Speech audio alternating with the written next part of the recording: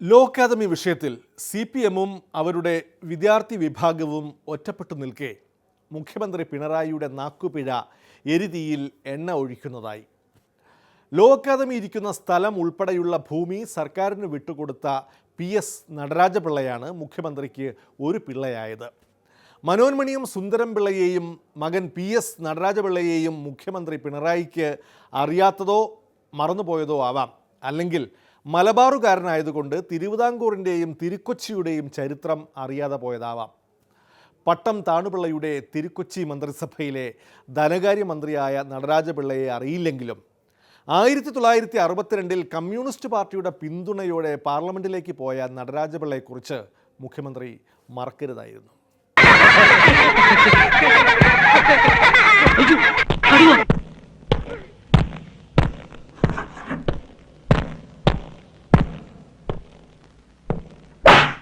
ഏതോ കാലത്ത് CP രാമസ്വാമി അയ്യരെടുത്ത ഭൂമി അത് പരിശോധിക്കാൻ ഇപ്പോൾ ഈ ഗവൺമെൻറ്റിന് കഴിയുന്ന കാര്യമല്ല. ആ പരിശോധനയ്ക്ക് ഇപ്പോൾ പോകുന്ന പ്രശ്നമില്ല. ഇത് ഏതോ ഒരു പിള്ളയുടെ കാര്യം പറഞ്ഞില്ലേ, നടരാജപിള്ള. ആ നടരാജപിള്ളയുടെ ഭൂമി ഈ സർക്കാരോ ഇതിന് മുമ്പിലുള്ള സർക്കാരുകളോ എടുത്തതല്ല, CP രാമസ്വാമിയുടെ കാലത്ത് എടുത്തു എന്ന് പറയുന്നതാണ്. അക്കാര്യം പരിശോധിക്കാൻ ഇപ്പോൾ ഈ സർക്കാരിന് കഴിയില്ല. അതാ ഞാൻ പറഞ്ഞത്. ഇവൻ നിനക്കൊരു പരാജയമാണ് എന്നും, ലോക പരാജയം. മുഖ്യമന്ത്രി മറന്നുപോയ പേര് മനോന്മണിയം സുന്ദരൻ പിള്ളയുടേതായിരുന്നുവെന്ന് പിന്നീട് പിണറായി തന്നെ വെളിപ്പെടുത്തി. എന്തായാലും ബാലകൃഷ്ണപിള്ള പ്രശ്നം കത്തിനിന്ന കാലത്ത് പിള്ള പ്രശ്നം ഏതുവരെയായി എന്ന് ചോദിച്ചപ്പോൾ ഏതു പിള്ള എന്തു പിള്ള എന്നാണ് ലീഡർ കരുണാകരൻ ചോദിച്ചിരുന്നത്. അതിനുശേഷം വീണ്ടും ഇതാ ഒരു പിള്ള പ്രശ്നം. ആ ഭൂമിയുടെ യഥാർത്ഥ അവകാശിയുടെ പേര് പെട്ടെന്ന് എനിക്ക് ഓർമ്മ കിട്ടുന്നില്ല. ഞാൻ പറഞ്ഞൊരു പിള്ളയുടെ ഭൂമിയാണല്ലോ അത്. അപ്പോൾ അവർ പറഞ്ഞു നടരാജൻ പിള്ള. ഞാൻ നടരാജൻ പിള്ളയല്ല ഉദ്ദേശിച്ചത്, നടരാജ പിള്ളയുടെ അച്ഛൻ്റെതാണ് ഭൂമി. ആ പേരാണ് ഞാൻ മനസ്സിൽ ഇങ്ങനെ തപ്പുന്നത്. പക്ഷേ ആട്ടെ, നടരാജ പിള്ള എന്ന് അവർ പറഞ്ഞപ്പോൾ ഞാനും നടരാജ പിള്ള എന്ന് പറഞ്ഞു. നടരാജ പിള്ളയുടെ ഭൂമി തന്നെ. അത് തിരിച്ചേൽപ്പിക്കാൻ ഇപ്പോൾ നടപടി സ്വീകരിക്കാൻ സർക്കാരിന് കഴിയില്ല എന്ന് ഞാൻ പറഞ്ഞു. അത് വലിയ തോതിലുള്ള അഭിപ്രായങ്ങൾക്കിടയാക്കിയതായി കാണുന്നത്.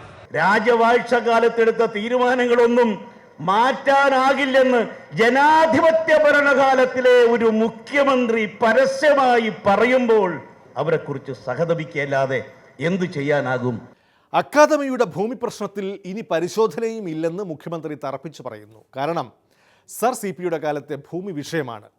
സർ CPയുടെ കാലത്തെ കാര്യങ്ങളെല്ലാം ശരിയായിരുന്നുവെന്നാണോ മുഖ്യമന്ത്രി ഉദ്ദേശിക്കുന്നത് എന്നറിയില്ല. മാത്രമല്ല, ഭൂമി പതിച്ചു നൽകിയത് K കരുണാകരനാണ്.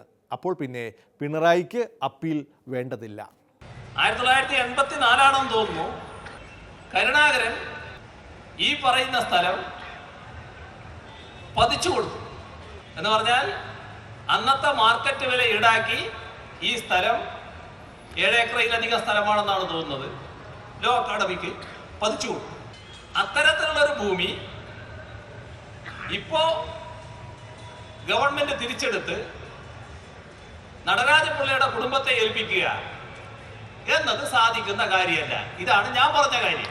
K കരുണാകരൻ കൊടുത്ത ഭൂമിയിൽ മകൻ മുരളീധരൻ നിരാഹാരം ഇരിക്കുന്നതിലാണ് പിണറായിയുടെ വിഷമം.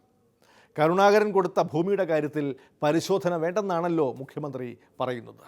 കരുണാകരൻ കൊടുത്ത ഭൂമിക്കെതിരെ മകൻ അവിടെ ഗേറ്റിൽ ഇരുന്ന് സത്യാഗ്രഹം നടത്തുന്നത് ഔചിത്യമാണോ എന്നൊക്കെയുള്ള കാര്യം അദ്ദേഹം ആലോചിച്ചാൽ മതി. ആത്മാവ് മേലേന്ന് ഇങ്ങനെ നോക്കുന്നുണ്ടാവുമല്ലോ.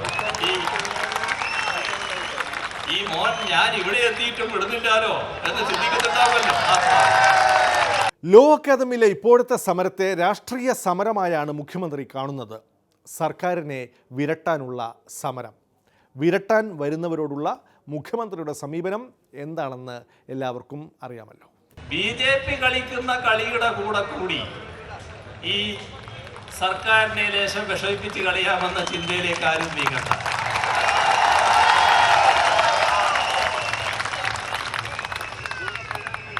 അങ്ങനെ എന്തെല്ലാം കളി നമ്മൾ കണ്ടതാണ്. 59 ഒന്നുമല്ല ഇത് കേട്ടോ. വിരട്ടലൊന്നും ഇങ്ങോട്ട് വേണ്ട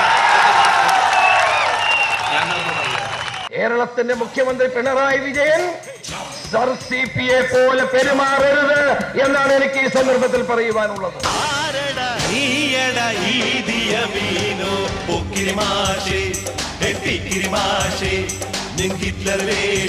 നമ്മുടെ നാടിന് ദോഷം വിരട്ടലൊന്നും ഇങ്ങോട്ട് വേണ്ട.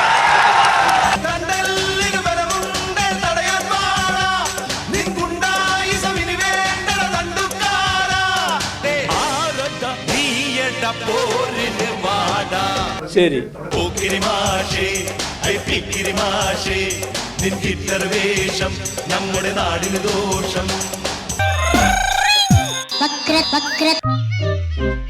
തോറ്റിട്ടില്ല വിദ്യാർത്ഥി സമരം തോറ്റ ചരിത്രം കേട്ടിട്ടില്ല എന്നാണ് പഴയ മുദ്രാവാക്യം. എന്നാൽ ഇക്കാലത്ത് വിദ്യാർത്ഥി സമരം തോൽക്കുകയും തോൽപ്പിക്കപ്പെടുകയും ചെയ്യുകയാണ്.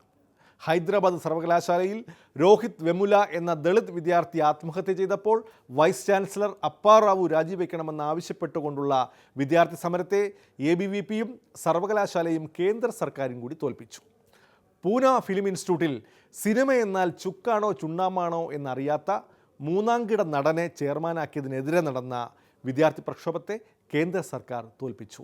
ഇതാ ലോ അക്കാദമിയിലെ വിദ്യാർത്ഥി സമരത്തെ SFI-യും സർക്കാരും പിണറായിയും കൂടി തോൽപ്പിക്കുന്നു. തോൽപ്പിക്കപ്പെടാൻ വിദ്യാർത്ഥി സമരങ്ങൾ ഇനിയും ബാക്കി. ടൂറിസം സാധ്യത തേടി യെച്ചൂരി. ഇടവേളയ്ക്ക് ശേഷം കാണാം. ഉന്നമാടക്കായൽ ഈ കുട്ടനാടൻ കായൽ തുള്ളിയോടും മീനെ കരിമീനെ നിന്നെ കണ്ടേ